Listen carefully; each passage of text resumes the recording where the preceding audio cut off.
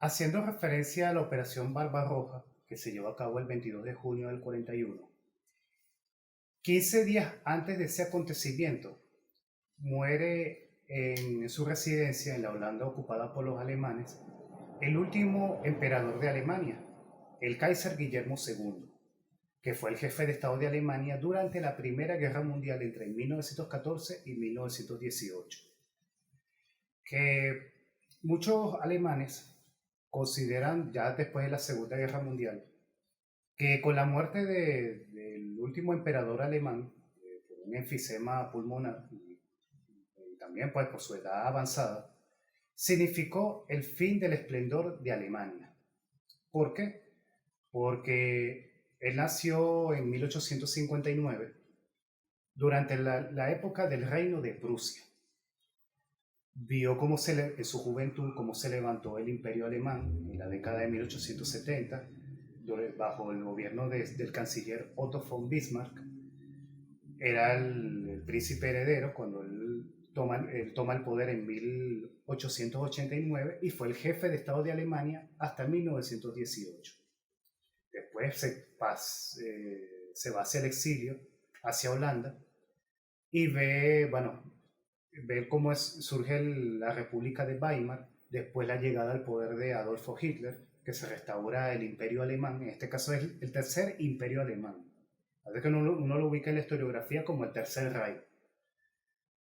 Pero él vio cómo fue el resurgimiento tanto económico de Alemania después de la Gran Depresión en 1929, cómo afectó las economías a nivel mundial en esa época, las sanciones económicas por medio del Tratado de Versalles, cómo se recuperó la economía alemana en 1930, en la década de los 30, y después el resurgimiento militar con las campañas de Polonia en 1939, las campañas de Francia en 1940, que significó la recuperación de territorios para Alemania.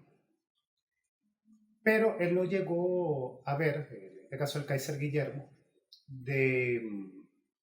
el inicio del fin de Alemania, que fue con la campaña de la Unión Soviética, que se llevó a cabo 15 días después de su deceso. Y ahí fue una sangría para el Estado alemán, la campaña de Rusia, que llevó a la derrota de su país y destrucción de su país en 1945. No lo llegó a ver, pero sí lo llegó a presenciar su hijo, el príncipe heredero Guillermo III, que él no llegó a ejercer el trono porque primero su padre había abdicado y había decretado la disolución de la monarquía alemana. Y fue cuando se proclama la República de Weimar. Si bien estuvo exiliado con su padre hasta 1922, cuando regresa a Alemania, él siempre mantuvo una aspiraciones políticas. Hasta en una oportunidad trató de postularse para presidente de la República frente al mariscal von Hindenburg, héroe de la Primera Guerra Mundial. Lo que ocurrió fue que su padre, Guillermo II, le prohibió a que participase en política. Después apoyó a Adolfo Hitler cuando es electo como canciller de Alemania en 1933, pero como Hitler no tenía planes de restaurar la monarquía, pues, así como Mussolini mantenía el sistema monárquico con el reino de Italia, Hitler no tenía esa visión, sino un Estado corporativista. Entonces, ¿qué pasa? Que se alejó de la política, ya bajo vigilancia de los organismos de seguridad alemanes, en este caso la Gestapo, presenció también el resurgimiento de Alemania en las campañas de Francia en 1940, pero vio el declive, la campaña de la Unión Soviética, la entrada de Estados Unidos en la guerra, las derrotas del África Corps en el norte de África, el desembarco de Normandía y la invasión de Alemania. Cuando se rinde el Estado alemán, es detenido por los ocupantes aliados. Pero la Unión Soviética, que ya había ocupado lo que eran los territorios del antiguo reino de Prusia y tomaron Berlín, le incautaron muchos bienes inmuebles a la Casa Real de los Hohenzollern, que era el nombre de la Casa Real alemana. Entonces, cuando a Guillermo III lo liberan de su cautiverio, que fueron unos meses, estaba prácticamente en la bancarrota, con muy pocos bienes en la zona de Baviera, hasta que murió de un infarto en 1951. Después, otro personaje de la Primera Guerra Mundial, contemporáneo al Kaiser Guillermo II, fue el general August von Mackensen. Él, si ustedes buscan en Google, van a ver su imagen con un traje de húsar y con un gorro de piel con una calavera y unos huesos cruzados. Que uno ubica enseguida que, no, ese es un símbolo de las SS de la Segunda Guerra Mundial. En realidad su origen viene de la época del Reino de Prusia, que eso lo usaron los grupos de caballería del Reino de Prusia. En este caso la Guardia Real del rey prusiano. Von Mackensen se destacó en la Primera Guerra Mundial en el frente oriental durante las campañas de Rusia, Rumanía y Serbia. Él después cuando Alemania se rinde en 1918, en noviembre, durante el armisticio de Compiègne, él se encontraba en lo que es la actual República de Macedonia del Norte, es un país de la zona de los Balcanes. Lo capturan los franceses y después es devuelto a Alemania a mediados de 1919. Él se retira del ejército alemán, pero quedó como una figura destacada en la Primera Guerra Mundial.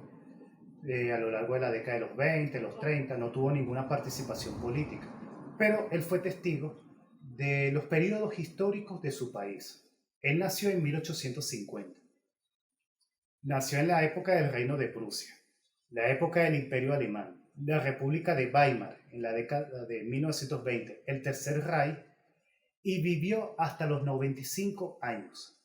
Él muere en diciembre de 1945, que fue durante la época de la ocupación aliada, en la zona de ocupación británica, en la zona de Schleswig-Holstein, en el norte de la actual Alemania. Entonces, él sí vio los periodos históricos de su país, pues, el auge y caída. Y también está otro personaje de la Primera Guerra Mundial, también militar, el general Paul Little von Borbeck. Él fue el equivalente a Erwin Rommel. ¿Y por qué de Erwin Rommel? Porque él operó en el continente africano. Vamos a ubicarnos en el contexto. Antes de la Primera Guerra Mundial, en 1914, Alemania, en este caso el Segundo Reich, ubicándolo en la historiografía, tenía un imperio colonial en África y en el continente asiático. En el continente africano están los territorios de Namibia, Camerún, Togo y Tanzania. En este último territorio estuvo destinado von Borbeck. Él llegó en marzo de 1914. De hecho, hay una escritora danesa, Karen Dixen, que fue muy famosa. Entre una de sus obras fue hay una película que se llama África Mía, que está basado en una de sus novelas. Bueno, ella llegó a África en un barco británico y en ese mismo barco llegó von Borbeck. Y bueno, y fueron buenos amigos, coincidieron, y ella lo consideró en los años posteriores como el último símbolo de la Alemania imperial en África. Y destaco esto porque él también se destacó fue de que él comandó al ejército colonial alemán, en este caso la Schutztruppe, que en alemán significa fuerzas de defensa. Porque cuando se estalló la guerra en agosto de 1914, la orden era de mantenerse a la defensiva. Y por eso cayeron las colonias de Namibia, Togo y Camerún. Más bien en 1914, más bien la de Camerún se mantuvo hasta 1916. Pero las fuerzas alemanas en Tanzania, bajo el mando de von Borbeck, él se mantuvo todavía en actividad, inclusive unas 2 semanas después de la rendición de Alemania en noviembre de 1918. ¿Y por qué? Porque él mantuvo una política de guerra de guerrillas. No se enfrentó de forma abierta a los ejércitos coloniales de Gran Bretaña, Bélgica, Portugal, Sudáfrica. No, mantuvo fue una guerra de desgaste. Inclusive llegó a invadir territorio portugués. En ese tiempo los portugueses controlaban el territorio de Mozambique, al sur de Tanzania. Hasta llegó a incursionar en el territorio de Rodesia del Norte, lo que es la actual Zambia. Y ahí fue donde se enteró de la rendición de Alemania en Europa. ¿Y por qué mantuvo su actividad partisana? Era para distraer la mayor cantidad de recursos humanos y materiales de los aliados, en vez de usarlos en Europa, usarlos en África para que lo persiguieran a él. Entonces, y por eso nunca se rindió mientras se mantuvo Alemania activa en el frente bélico de Europa. Y fue que los mismos aliados lo buscaron por medio de un mensajero de que, mira, la guerra terminó 2 semanas después. Y cuando, y cuando las autoridades de Berlín se enteran de que todavía seguía activo, decidieron, cuando él regresó a Alemania a principios de 1919, deciden darle el honor de desfilar con su ejército por la puerta de Brandenburgo, que estaba reservado era para los ejércitos alemanes que habían triunfado en las campañas militares en el extranjero. Entonces, y como fue el único ejército alemán que se mantuvo invicto, le dieron ese honor. Y se ganó el apodo como el León de África. Después él se retiró del ejército en 1900, ya en la década de los 20. También vivió la República de Weimar, la época del Tercer Reich bajo el gobierno de Hitler. Él mantuvo una distancia política con respecto al gobierno de Hitler. Inclusive durante la época de la Segunda Guerra Mundial tuvo un rango honorífico en la Wehrmacht, las Fuerzas Armadas Alemanas durante la Segunda Guerra Mundial, pero nunca fue llamado a filas. Se mantuvo inactivo durante el conflicto bélico entre 1939 y 1945. Más bien tuvo subalternos que sirvieron con él en Tanzania, que sirvieron con las fuerzas de Erwin Rommel durante la campaña del Afrika Korps en el norte de África. Y después sobrevivió a la guerra, von Borbeck, en 1945, aunque perdió a dos de sus hijos en el frente soviético, y vivió hasta 1963, ya casi a los 90 años. Entonces, él sobrevivió a la ocupación aliada entre 1945 y 1948 y vivió la época de la República Federal Alemana después de que él nació en la época del Imperio Alemán. Entonces, esas son las curiosidades históricas en cuanto a personas que han vivido épocas históricas diferentes en la historia de su país.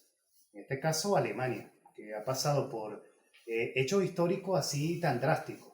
El Reino de Prusia, el Imperio Alemán, la República de Weimar, el Tercer Imperio Alemán, la ocupación aliada y después la división de las dos Alemanias, la República Federal Alemana y la República Democrática Alemana, hasta la reunificación en 1990 bajo la República Federal Alemana, que no es un país soberano porque todavía hay bases militares estadounidenses y británicas y bajo la égida de la OTAN. ¿Por qué se creó la OTAN? Para mantener a los rusos alejados de Europa Occidental y mantener a los alemanes aplastados. En este caso, bajo ocupación militar, no tener soberanía.